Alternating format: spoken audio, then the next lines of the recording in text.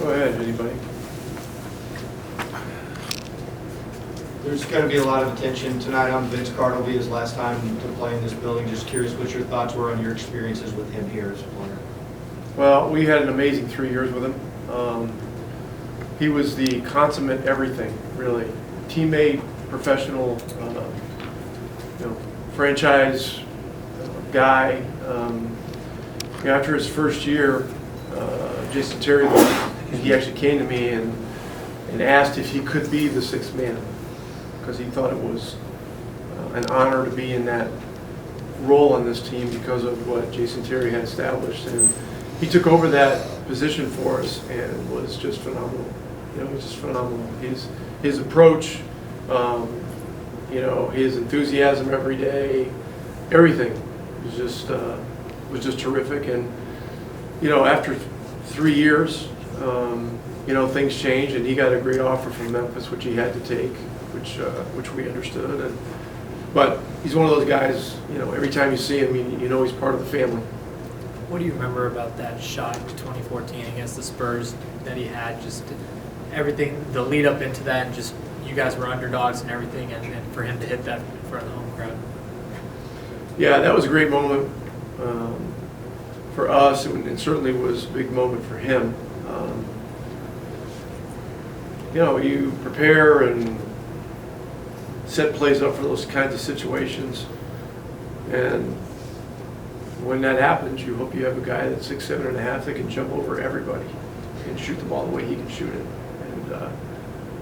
And he just, I remember he took a slight fake. Ginobili kind of went up in the air, came down, and Vince went up and rose up, and then the buzzer went off while the ball was in the air, which is, it's a beautiful sight when the ball goes in the way it did. He doesn't seem to age, Rick. You think if he gets in a slam dunk contest this year, he could win? I do. Sure. Would it be good for everybody to get to see? Well, I know this. He would make his dunks on the first attempt.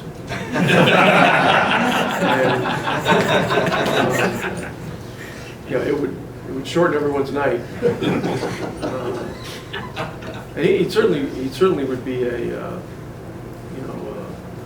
crowd favorite, and I think everybody would be pulled for him. Is that going to happen? I don't know. We'll ask him after Lloyd was talking earlier about how he would talk to Trae a bit last year about not getting caught up in the comparisons to Luka with the Rookie of the Year thing going on. Curious what you say to Luka when it comes to him being compared to others, whether it's Trae or whether it's these conversations with LeBron or whoever else he gets pulled into.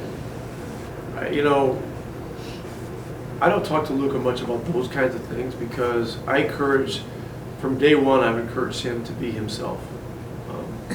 There's always going to be comparisons. I knew there would be comparisons his rookie year with some of the great European and international players, in history. People like Petrovic, who coach, Ginobili, and others. And he takes things pretty well in stride. And he's been around the hype game a long time. I mean, in Europe, it was, I don't know exactly how it was, but he was the best player over there for a couple of years, and he was 17 and 18 years old, and it had to be crazy, going through that stuff. So, and I don't know, that the whole thing with all the talk about those two guys, just because they're involved with the same trade, they're very different players. They do a lot of the same great things for their teams, but all that banter and stuff is the media, stirring the pot, trying to perpetuate some kind of a non-existent controversy. If you ask a lot of people. Hey there, NBA fans. For exclusive NBA content, subscribe to Fanatics View YouTube down below.